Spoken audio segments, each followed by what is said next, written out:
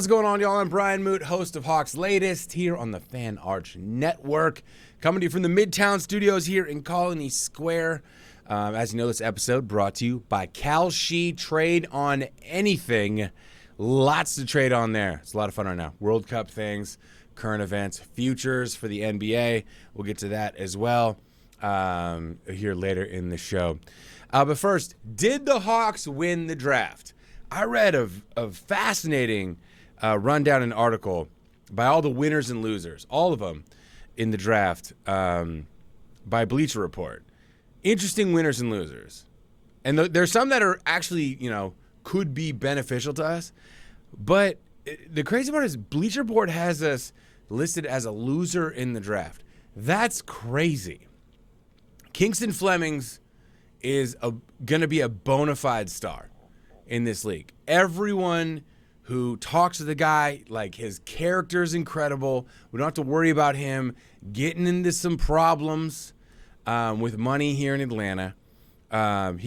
He's athletic, he can guard, he can hit the open shot. I watched a video of him yesterday, and the shots he was creating in Houston with no screen were incredible. Like, it reminded me a lot of how Jalen Brunson can just get a shot. Just get one. That's what we need. We need a bucket getter, and Kingston Flemings definitely is that. Zuby, and we'll talk a little bit specifically more about Zuby and also Henri here in a second, and just what they bring to the table. But just the grit, the aggressiveness.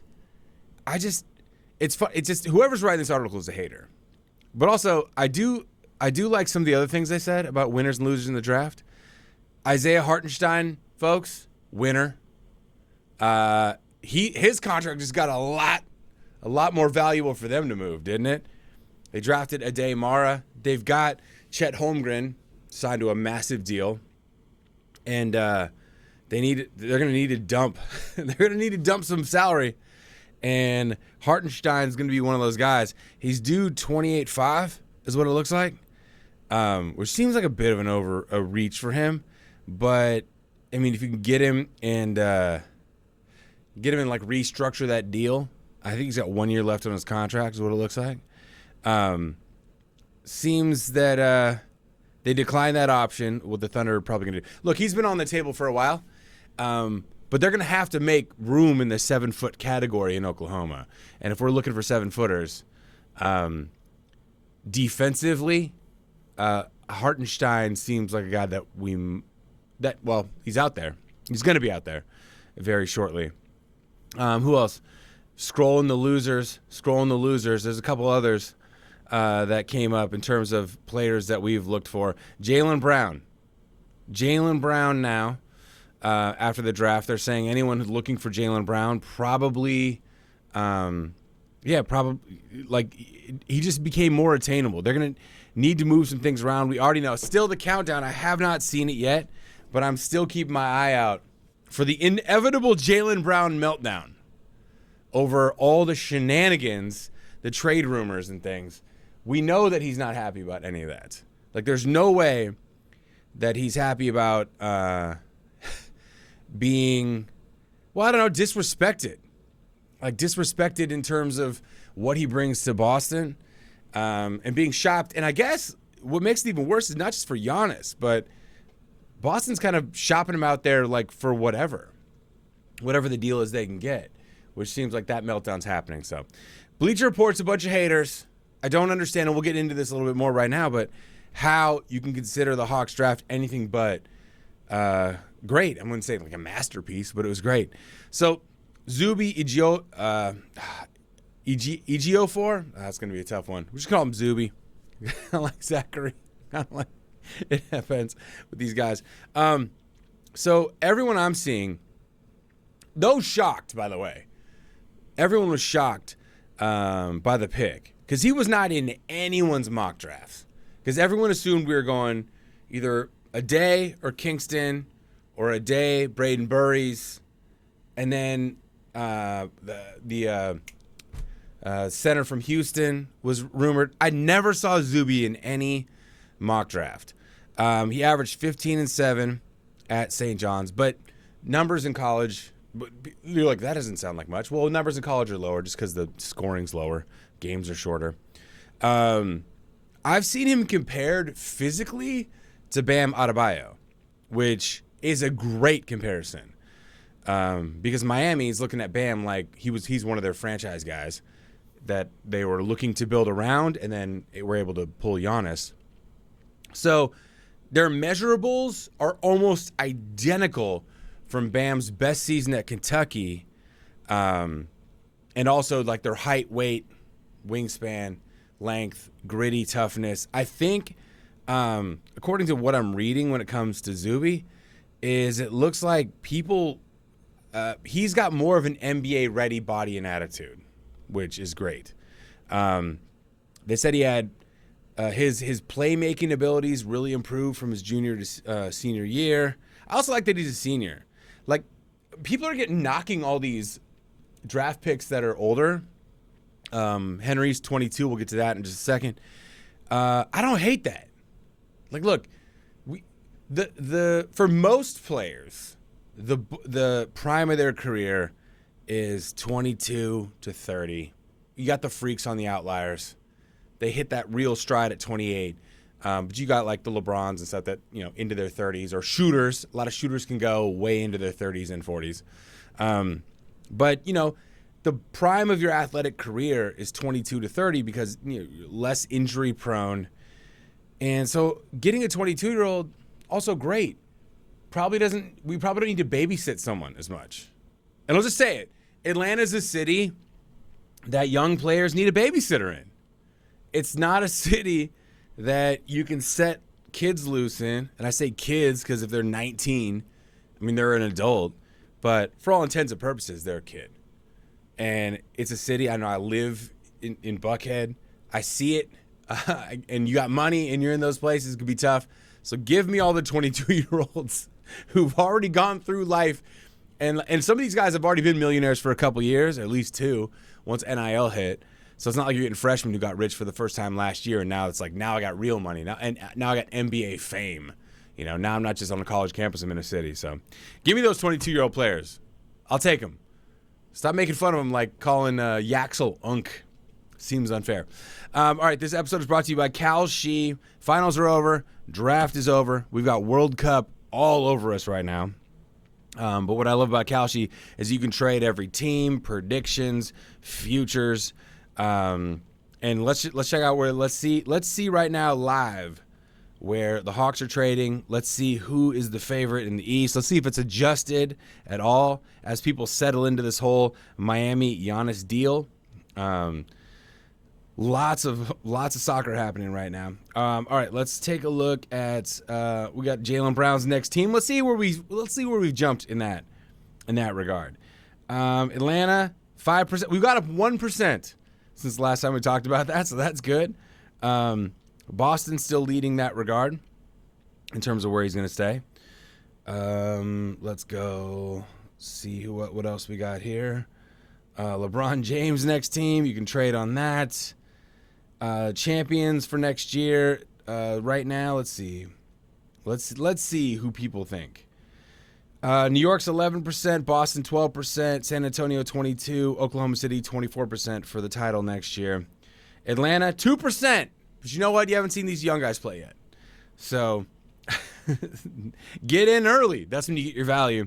On Kalshi, you're trading against peers in the live market, meaning there's no house, and as probability changes, you can buy in and out of your position. For limited time right now, download the Kalshi app. Use the code FANARCHBASKETBALL to get $10 when you trade 10. KALSHI. Kalshi. Trade on anything 18 and over. Restrictions and eligibility requirements apply. Event contract trading involves risk and may not be suitable for all investors. Prices, values, and available markets may differ from those mentioned. For more information, see kalshi.com/regulatory. For example, 4%. We were 4% yesterday to land Jaylen Brown. Today we are 5%. So we are moving on up. Speaking of moving on up, and I love this, man. This was cool. This is where Onzi makes his money. So when Henri, I want to call him Henri because it's spelled French. Henri Veesaar or Veesaar guess we'll figure that out eventually. We'll get into like who he is as a player here in a second, but apparently he's a guy that could have like rumored to have first round grading and first round talent, which is great. When he dropped into the second round deep, the Lakers, there's another team too, who were considering it. His agent had said that he wouldn't sign a two-way contract. Two-way contract means that you can go up and down from the G League to the roster. His agent said he wouldn't sign a two-way contract, which kind of scared some teams off a little bit. And then at the last second, Hawks said, you know what, we're moving 57 to 52. We're going to grab him. Seems like a lot of people are thinking that he might have overshot his value in terms of his own mind. He walked away from about $5 million at UNC in NIL deals to go to the NBA. He thought he was going to be a first rounder. Whatever. Now he's got a chip on his shoulder. Prove you're a first rounder, dude. He's got great shooting. Defense is a little bit lacking, but he was 42.5% from three, which is great. That's a 7-footer that you want. He's great in transition. Just great offensive instincts. They liken him to a little bit of a early Kristaps Porzingis. Not a bad comp. But overall, looks like we need that guy Henri to get a little bit more defense. And but everyone's saying like that was a steal. The fact that we were able to trade up and get him from teams. I mean, you can go to the Lakers, so that's great.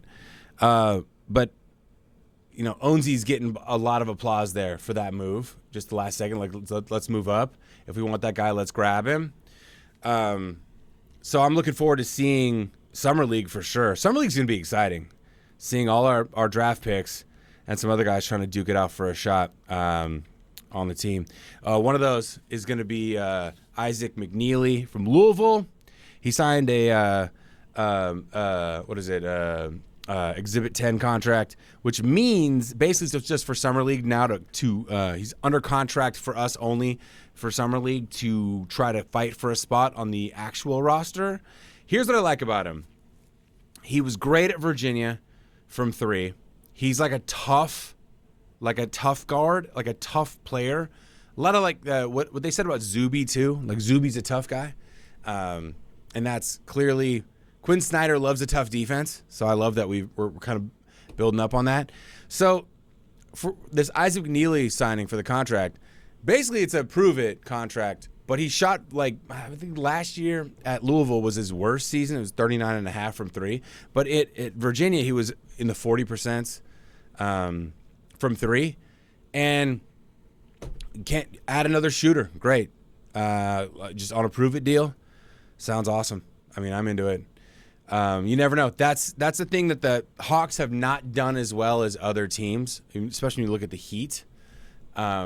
Has been able to find those diamonds in the rough, sign those guys, look for those, it could be a G League player for a bit, who knows, but just start building that farm system so that we can kind of, from within, grow some talent and keep those assets that we have for bringing in whales. That's what Miami has been able to do well, and I like what's happening. I think we got a strong squad moving forward. Summer League's going to be a lot of fun. If you can get to Vegas in July, if you've never been to Summer League, I've been twice. It is wild. Games are fun. The number of NBA players you just see, walk by, randomly bump into is super fun. So if you can get out to Summer League in Vegas, it's worth the vacation. If you got family, friend, whatever, just convince them, no, we should go to Vegas anyway. If it's during Summer League, you're going to love it a lot. So, all right, that's going to do it for me today. Get in the comments. What do you think?